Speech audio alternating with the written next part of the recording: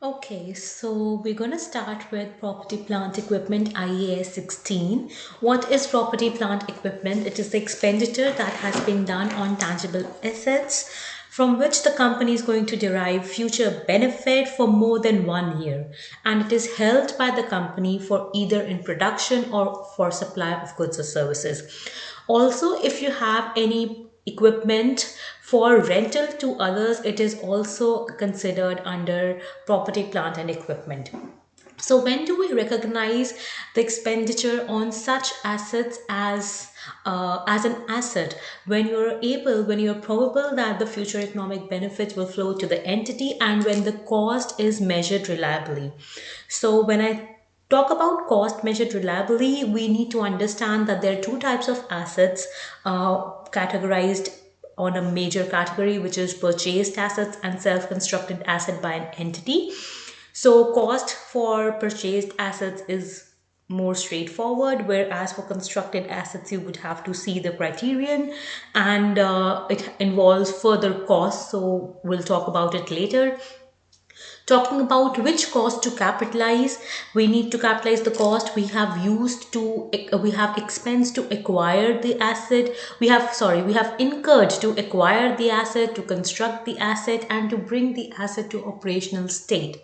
So, transportation cost, shipping cost would also be added to the capitalized cost of the asset. Storage cost is not considered as a capitalized cost. On major terms, purchase cost, import duties not refundable, purchase tax, trade discounts and rebates are reduced. Cost to bring asset to its location, cost of dismantling and removing the asset after a certain period of time. So this is decommissioning cost. We also call it as ARO. So we calculate the present value of that obligation which we had to incur when we would dismantle the asset. For example, removal for oil tanks. Would be discussed further in next video. But these are major headings of the costs that are generally incurred for any asset to come into an entity. Again, reiterating that there are two types of assets, purchased and self-constructed asset. For purchased assets, the thing is same. So when I mention cost of bringing asset to location, it includes delivery cost, installation and testing cost of the asset, whether it has become operational or not. So that would also be added. Now, when the asset is available for use, any cost going forward is expensed under maintenance. Now, a question can confuse you by saying training cost of employees, so and so amount, but that is not related to the equipment because entity is unable to control the future benefit from employees as they can leave anytime. So that is not included. And if an asset has to undergo major inspection, for example, the engine of particular machinery has only gone raw, in that case, that major inspection expense or the outflow of cash would be capitalized, right? And should not be recorded in P&L but added to the carrying amount of the asset. And in that case, if you have any previous inspection charges going on, that those are de-recognized. Talking in the same category of purchased assets for land and building, we know the most of the time they're acquired together, and we need to calculate the cost of land and building separately, and allocation is done based on fair market value, usually done by the appraiser, right? So all the costs are included, which we talked about, inclusive of adding commission, legal fees, title search, property transfer taxes, and any preparation cost of the done on the land to bring it to our usable state. Like if you need to remove the old buildings also, so that cost is also added to our cost. Now we have another concept of componentization. Under IFRS, it is more detailed, even as we covers this, but IFRS has more clarity on this.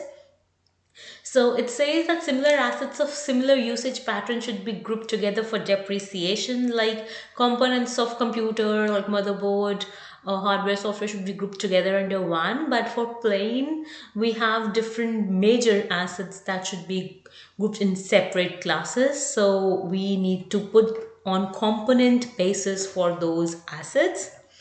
Cost of assets constructed, construction like building of factory, what all cost you need to capitalize is your construction permit, site survey cost, labor, your manager's salary, material cost, then professional fees, and any direct borrowing cost to finance construction until occupation permit is obtained. The difference here is in ASPE there is a choice to capitalize or expense the borrowing cost, but under IFRS you have to capitalize it only. So there is this one case synopsis that I have taken out. This is an extract of a case. The chief accountant mentioned that construction of new building has started and will be completed in 6 months. NTS issued 3 million of debt to help fund the construction and expensed 100,000 of interest that it paid on that debt in the last quarter of 2015. The storage division is expected to move into a new facility by June 2016 at the latest. So in this case, we know that there is an interest cost on this debt that was borrowed for the construction.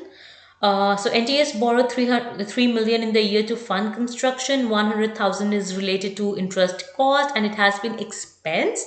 But as per IFRS, we know that the entity should capitalize the borrowing cost that is directly attributable to construction and production of qualifying asset, and asset is considered qualifying it if it takes substantial amount of time to get ready for its intended use, and we know that it would take more than 6 months for that asset to become operational. So hence 100,000 interest would have been avoided if if not for borrowing to construct the asset, the interest cost should be added to cost of the asset. Similarly, we talk about next category of assets. There are spare parts, standby equipment, and service equipment. If anything is immaterial and is part of normal course of business and it's used for a short span, then you would consider it as an inventory. If there are material spare parts in your premises, like say a spare engine being kept, so in that case you need to recognize that asset as a property plant equipment, and that asset criterion you would follow, whether it has it would derive future economic benefit, and if its lifespan is more than a year, then you need to consider it in your capital. And even if the asset is not used, you need to determine whether it is available for use. If it is available for use, then you have to calculate depreciation also. So depreciation is the expense that every organization incur on its fixed assets when they are available for use, right? And they are charged until the asset is derecognized. So, and you need to review for your useful life and residual value at the end of each term, because those are the two major components for in the calculation of depreciation. Journal entry for depreciation is depreciation debit to accumulated depreciation. And there are three methods of calculating depreciation: straight line method, declining value method, WDV, written down value method is also called, and then units of production method. So in SLM, we know it's cost minus residual value divided by useful life. In declining method, we do it as per the rate of depreciation, and in units of production, you first calculate depreciation per unit by calculating cost minus residual value divided by units produced by a machinery. When you get that depreciation rate, every year how many units are produced, you multiply that rate with those number of units produced each year, and that's your depreciation expense. One difference in ASPE and IFRS is under depreciation SLM method, where under IFRS, we say cost minus residual value divided by estimated useful life, but ASPE says We use greater of cost minus residual value divided by useful life, or cost minus salvage value divided by asset life. So I'll show you down that again. Under IFRS, we have two choices. One is cost model, the other one is revaluation model. Uh, Under cost model, the asset is always recorded at historical cost and there is depreciation charged each year. Mostly companies follow cost method. Under revaluation, the asset is recorded at fair market value and regardless, depreciation is also charged. But we need to have sufficient degree of reliability in measuring fair market value. So in that case, either you will need appraiser's report or you should have active market of those assets so you know the fair market value of your assets. And this method that you would be opting should not be done on asset by asset basis but for the class of assets. Now what do you mean by class of assets? This means assets that are of similar nature, right? So whatever method, whatever accounting policy we opt for our assets valuation, it should be consistent. If you choose for revaluation, we need to determine the fair market value at every it would be done on regular basis because only then you would know whether there has been a revaluation, whether there's a need to do revaluation. And whenever you do revaluation, it results in either gain or loss of your asset, whether your assets will be written up or written down. So if your fair market value is more than your book value, it means there is a gain on the asset and that gain is recognized in your OCI, other comprehensive income, as a revaluation surplus. So when you will be recognizing this gain, you make sure it goes to OCI, but if there is any loss previously recognized, you reverse that loss. Similarly, if your fair market value is less than your book value, it means there has been a loss. The market value of the asset is less than what you have recorded in your book, so there is a loss. So in that case, that loss on revaluation also goes to your OCI, and if you have recorded any gain previously, that would be reversed. And there is two methods for adjustment of this assets. One is elimination method and the other one is proportional method. Under elimination method, whatever accumulated depreciation was there in the books, you put that to zero and the asset is adjusted to the fair market value,